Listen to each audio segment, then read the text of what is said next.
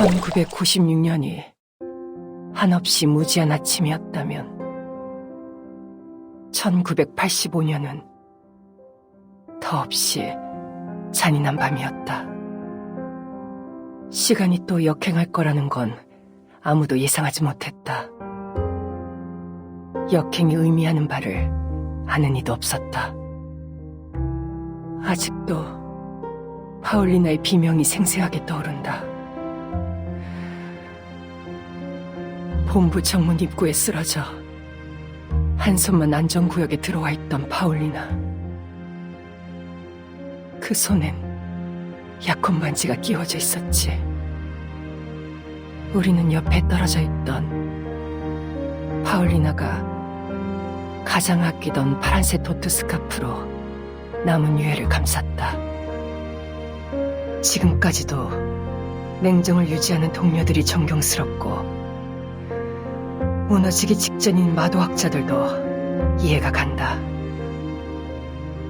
내 몸에 흐르는 4분의 1의 마도학자 핏줄과 상관없이 돌이킬 수 없는 거대한 비극 앞에서 보이는 인간의 본능에 공감하는 것뿐이다.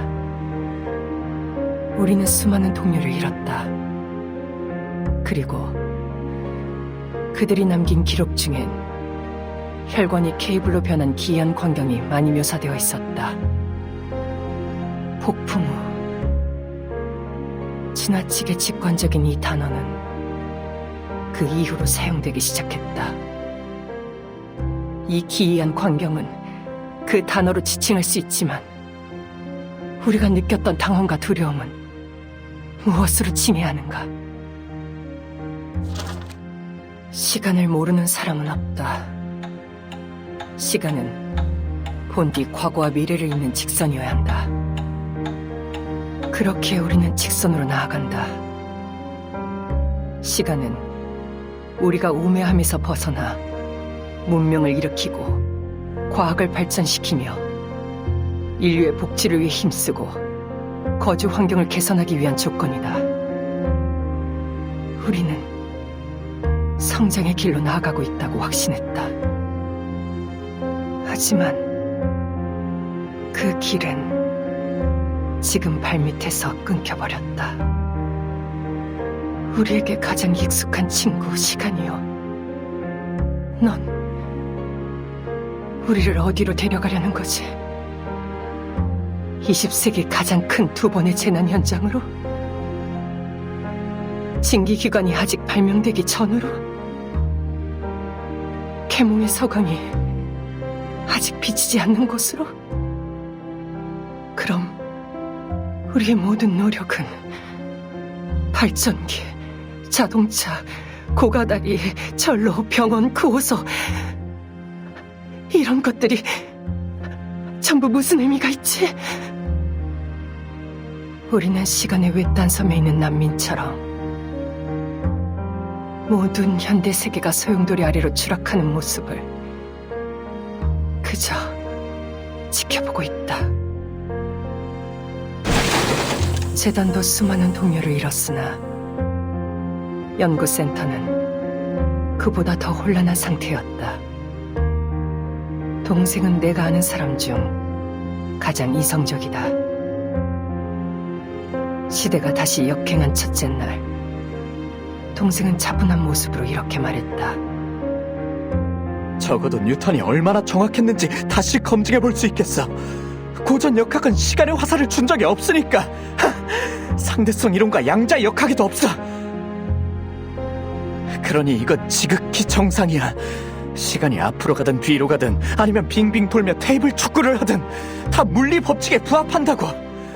심지어 시간을 거슬러 푸엥카레에게 예언상을 줄 수도 있어. 다음날 동생은 과음으로 6층에서 굴러떨어져 죽을 뻔했다. 시공에 관한 기존의 관념이 모두 무너졌다. 우리가 아는 그 어떤 학문에서도 폭풍 후에 관한 해석을 찾을 수 없었다. 이건 우리가 계속 틀려왔거나 아니면 세상이 하룻밤 사이에 달라져 버린 거다. 그리고 이 새로운 세상은 과학도 물리학도 통하지 않는다. 독자적으로 검증할 수 없고 이성적으로 이해할 수도 없다.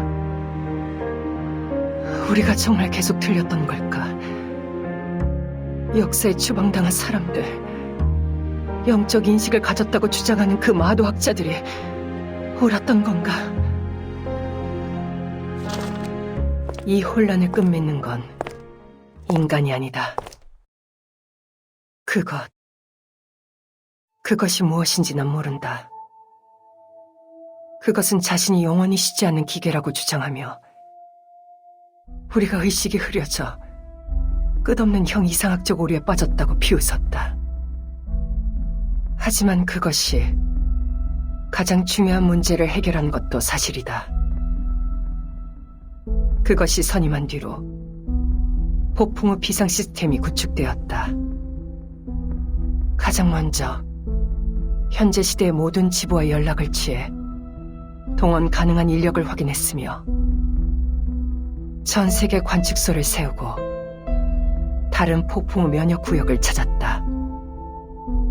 폭풍우의 형성 원인을 추측하기 위해 여러 곳에 작업실이 만들어졌다. 이론적으로 다툼이 끊이지 않았지만 어쨌든 앞으로 한 걸음 더 나아간 것이다. 나도 이 막막함에서 벗어나 보고자 그 임무에 지원했다. 1986년 난 이집트 지부로 발령이 났고 지인 모두가 날 배웅하기 위해 와주었다. 이렇게 떠나면 다시 만나지 못할 거란 걸 우린 알았다. 연구센터에서 비상통신 장치를 지급하긴 했지만 폭풍우가 언제 닥칠지 근처에 대피 장소는 있는지 여전히 알 수 없었으니까. 희생은 두렵지 않았다. 그저 아무것도 모른 채 죽는 게 무서울 뿐이었다. 아테네에서 알렉산드리아로 향하는 페리에서 나는 그녀를 만났다. 페리에서는 그 마도학자 무리에게 관심을 갖지 않을 수가 없었다. 10여 명의 사람들이 이상한 패치워크 로브를 입고 있었고 신비주의와 수학이 뒤섞인 괴상한 교리를 신봉했다. 그들과의 대화에 혼란스럽기도 했지만 당시에는 그보다도 벅차오르는 감정을 느꼈다. 그들도 1996년의 폭풍우를 피했고 세상의 이변을 눈치챘다. 밀레니엄 시대에서 온 또 다른 시간 난민들을 만난 거다.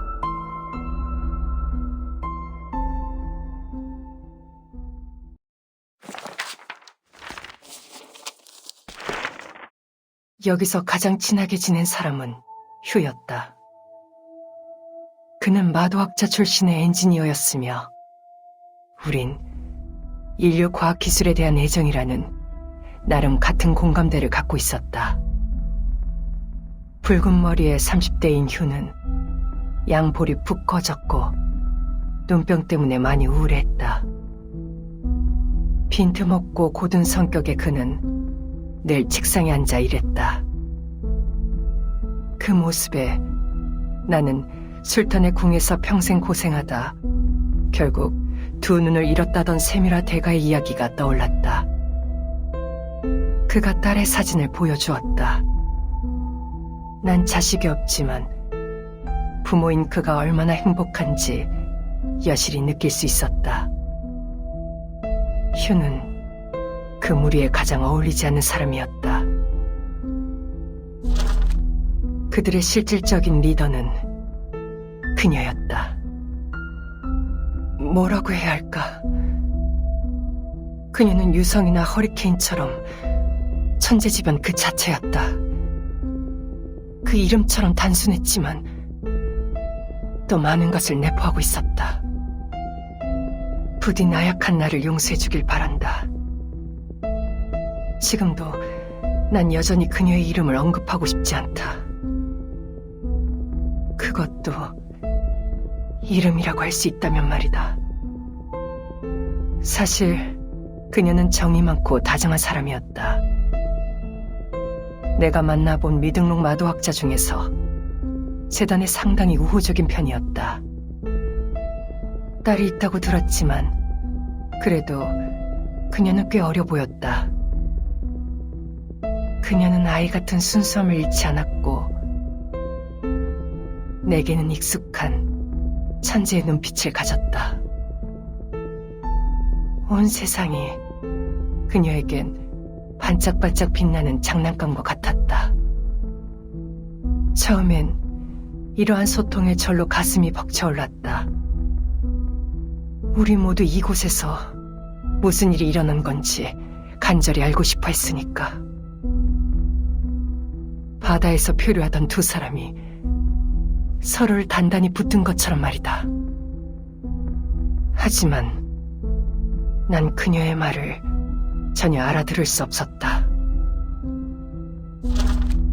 인간과 마도학자는 말이 안 통한다든가 하는 그런 문제가 아니었다. 언어 문제가 아닌 건 확실했지만 그런데도 난 그녀의 말을 한마디도 알아들을 수 없었다. 11,567의 모든 인수를 줄줄 읊을 수 있는 사람이 있다면 그 사람이 엄청난 지능을 가졌다는 걸 믿을 수밖에 없을 것이다. 그러나 막상 내가 들은 건 밑도 끝도 없는 논리라고는 찾아볼 수 없는 헛소리뿐이었다. 그녀는 지구한 숫자 천국이 존재하며 만물의 본질이 추상적인 형식으로 영원히 존재한다고 했다. 그리고 시간을 가진 물리 세계는 부석적인 하등품에 불과하며 실제한 적이 없다고 했다. 그렇기에 지금 세계의 혼란보다 중요한 건 지구의 존재에게 무슨 일이 생겼는지 알아내는 것이라고 했다. 이건 현대 수학과 고대 미신의 끔찍한 혼종이었다. 플라톤이 무덤에서 벌떡 일어날 헛소리였으며 오만에 빠진 마도학자의 교만한 예언이었다. 영혼의 숫자라는 운명론적 헛소리는 더 말할 것도 없다. 뉴에이지 운동도 이보다 더 미친 소리를 하진 않았다. 심지어 그녀는 다음번에 역행하는 연도를 알고 있다고 말했다. 하지만 막상 내가 진지하게 묻자 그녀는 이렇게 답했다. 아, 미안해. 내가 맹세한 게 있어서 영혼의 숫자가 없는 사람에겐 증명할 수 없어. 그녀가 날 놀린 건지 아니면 진심이었는지는 잘 모르겠다. 하지만 하늘의 이치를 어떻게 깨달았는지 나에게 알려주고 싶었던 것 같다. 그녀에게 모든 규칙은 논리적 추론보다는 직관적인 통찰의 대상이었다. 혹시 안 보이는 거야? 바로 눈앞에 있잖아. 내가 이해가 안 간다는 말을 30번이나 말하고 나서야 그녀는 아쉬워했다. 차라리 이게 신종 모욕이었다면 좋았을 텐데. 하지만 진짜로 날 열받게 한 건 과학과 실험 방법을 무시하는 그녀의 태도였다. 이론에서 가장 중요하게 생각하는 건 신뢰성과 보편성, 그리고 보급 가능성이었다. 참이라는 것은 근대 과학의 기반이며 이를 통해 우리는 세상을 바꿔나갔다. 하지만 그녀에게 가장 중요한 건 그것의 미적 가치였다. 난 그녀와 현 상황에 관한 이야기를 나누었다. 우리가 폭풍 후의 규칙을 찾아내면 더 많은 이들이 비의 장막을 넘고 소중한 과학기술과 문화를 보존할 수 있을 거라고. 이는 쉬운 일이 아니었으며 많은 인력이 필요했기에 난 진심을 담아 그들에게 우리와 함께하자고 요청했다. 하지만 그녀는 잘해봐야 재단이 세력을 키우는 데 도움만 될 뿐이라며 코웃음쳤다. 순수 수학의 아름다운 건 전혀 쓸모가 없기 때문이야. 그래서 이 더러운 세상에서도 고결함을 유지하는 거지. 당신들 같은 인간은 그걸로 단도나 계산하긴 하지만 그녀는 제안을 거절했고 우리의 폭풍우 관측 계획을 폄하했다. 당신들의 그 관측소는 실패할 거야. 한없이 약한 물리세계에 의존하고 있잖아. 당신들의 노력도 해변에 박힌 모처럼 다음 파도에 씻겨 사라지겠지. 당신은 이렇게 답했다. 모래 위에 탑을 쌓는 것처럼 쓸모없는 짓일지는 모르겠지만 그래도 누군가는 해야만 해요. 해변 구석구석 다 돌아보기 전까진 누구도 우리 발밑의 세계가 돌이킬 수 없는 폐허가 됐다고 단언할 수 없으니까. 참 신중하고 이성적인 발언이야. 하지만 이 세상은 이미 폐허에 불과한 걸. 대화는 별 성과 없이 끝나버렸다. 세상을 향한 마도학자의 징후는 대체 어디서 비롯된 걸까? 어쩌면 이 세상에 받아들여진 적이 없기 때문일지도 모르겠다. 그녀는 이런 독한 말을 한 적이 있다. 인간이 의지해온 경험적 세계는 이미 끝났어. 당신들이 우릴 조롱할 때 즐겨 쓰는 표현대로 말하자면 왜 현실을 받아들이지 않지?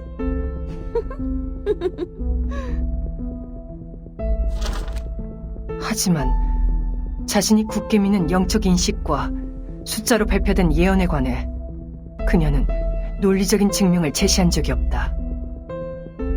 그 이유는 바로 그녀가 어느 돌 앞에서 금원의 맹세를 했기 때문이다. 그래서 여기선 사이비 같은 헛소리밖에 할 수 없는 거다. 그녀는 전두엽의 이상 증상을 신의 뜻으로 착각하는 그 미치광이들과 다를 줄 알았건만 결국 이렇게 되어버렸다. 인류의 이성을 걸고 맹세컨대 난 이 모든 것이 그저 황당무계한 말인 줄로만 알았다. 그날이 오기 전까진.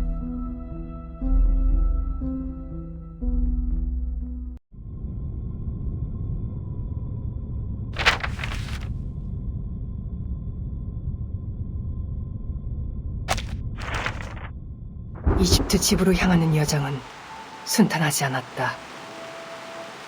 페리가 중간에 폭풍우를 만나면서 우리는 짙은 안개 속에서 길을 잃고 항로에서 완전히 벗어나고 말았다. 폭풍우 발생 후 세계 각지에서 역사적으로 이미 멸종된 미스테리한 생물의 목격담이 자주 보고됐다. 난 물속에 그것을 향해 쏘느라 총알을 다 날렸지만 대체 그것이 무엇인지 알 수 없었다. 항로를 정상 궤도로 되돌린 건 그 마도학자들이었다.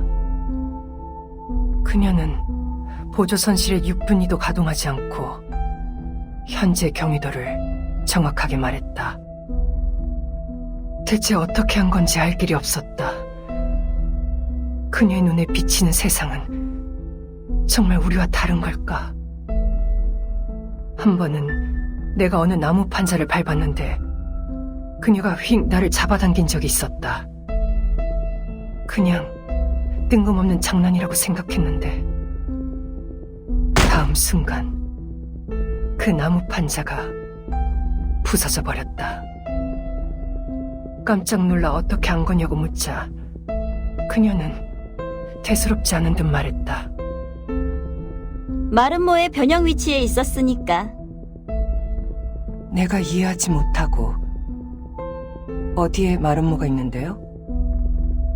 라고 묻자 그녀가 웃음을 지었다.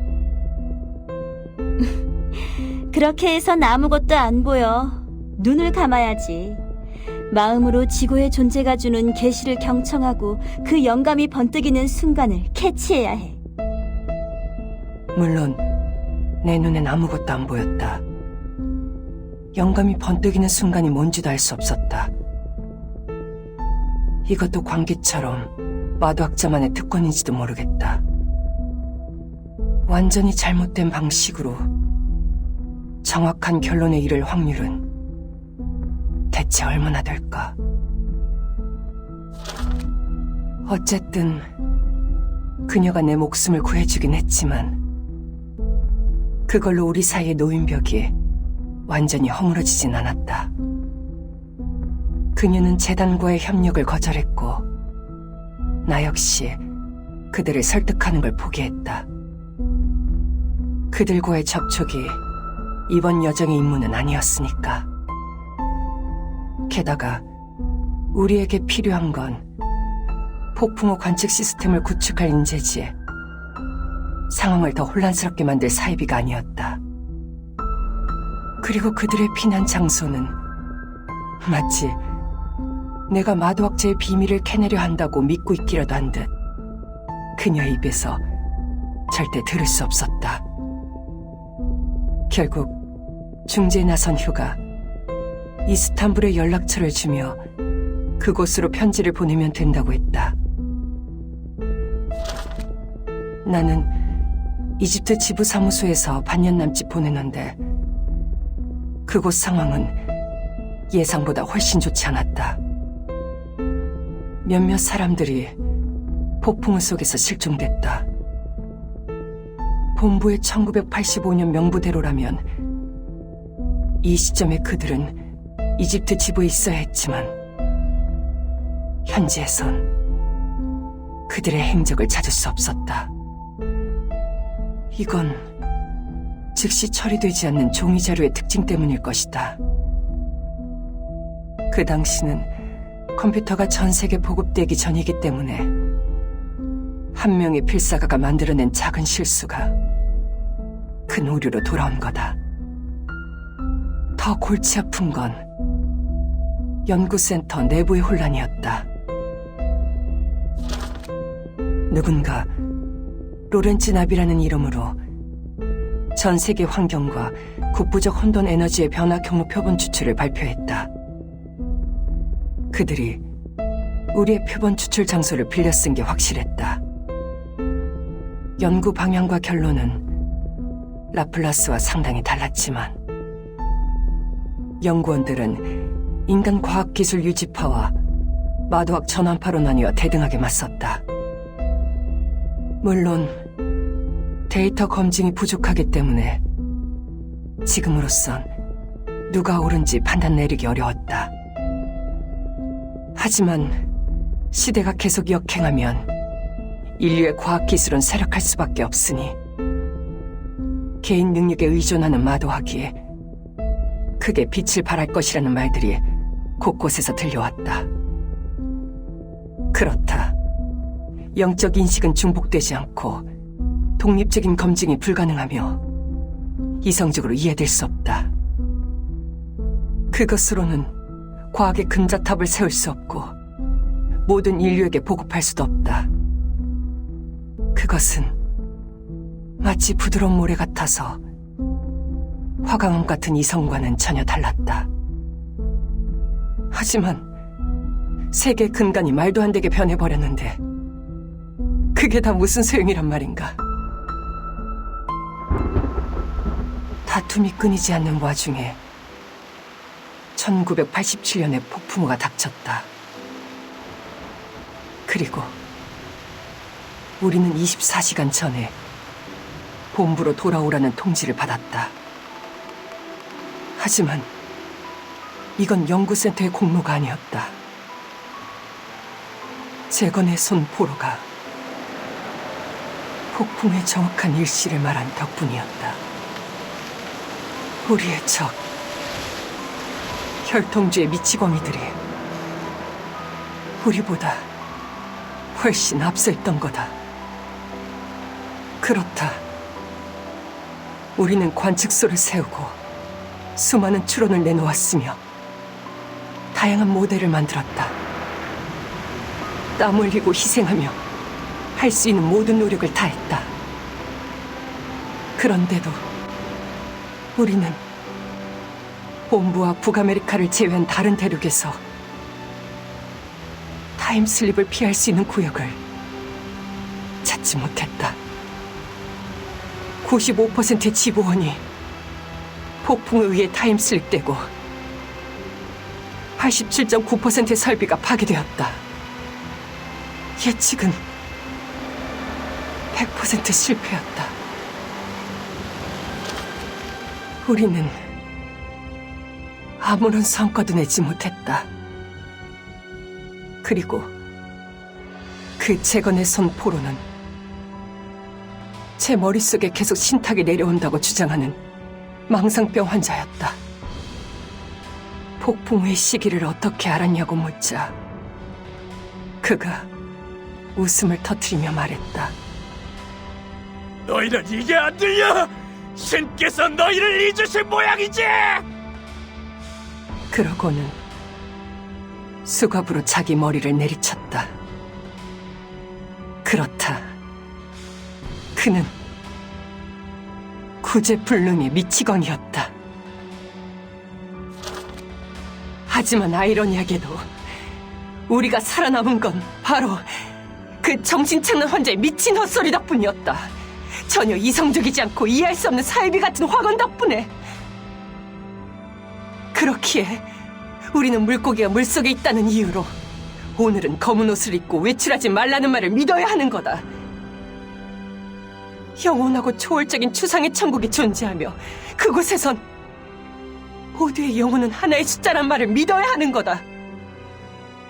지구에 위대한 존재가 있으며 시간의 흔들림은 그것이 드리워진 그림자일 뿐이란 말을 믿어야 하는 거다. 그렇기에 개인의 목숨은 중요하지 않으며 세상도 불완전한 쓰레기장에 불과하다. 오직 선택받은 자만이 시련을 통과할 수 있다. 평범한 인간은 그저 비의 장막에 쓸려갈 수밖에 없다. 대체 이런 걸 어떻게 믿는단 말인가? 나는 마침내 마음을 굳히고 그녀에게 편지를 썼다. 내 의문에 완벽한 답을 줄 거란 기대는 없었다. 그저 그녀가 이번 폭풍우를 무사히 피했는지 확인하고 싶었을 뿐이다. 그래도 한때 허심탄회하게 마름모에 관한 이야기를 나누던 사이였으니까. 하지만 내가 받은 건 짧은 부고장이었다. 그녀는 죽었습니다. 곧 종이가 화르르 타오르더니 새하얀 채가 되었다. 그리고 그날 새로운 타임키퍼가 나타났다. 그 12살짜리 아이는 홀로 비의 장막 속에서 돌아왔다. 그녀는 우리에게 현재 외부 세계 시각을 알려주었다. 그렇다. 이제야 나는 깨달았다. 그녀가 옳았다는 걸. 바로 눈앞에 있잖아. 하지만 신이시여, 기존의 질서가 무너지고 위대한 법칙도 이미 수명이 다했다면 당신께서는 어찌하여 우리를 이렇게 농락한단 말입니까? 지구의 힘이 우리에게 눈길을 준다면, 번뜩이는 마음의 연결고리가 존재한다면 당신은 또 어찌하여 이토록 잔혹한 모습으로 나타나는 겁니까? 그 숫자,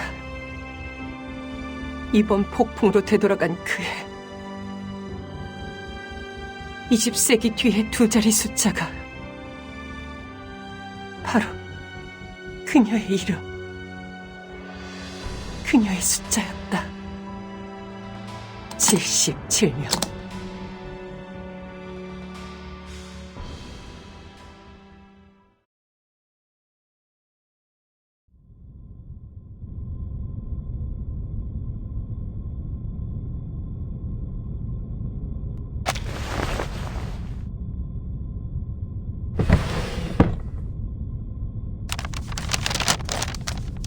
난 이제 확신할 수 있다.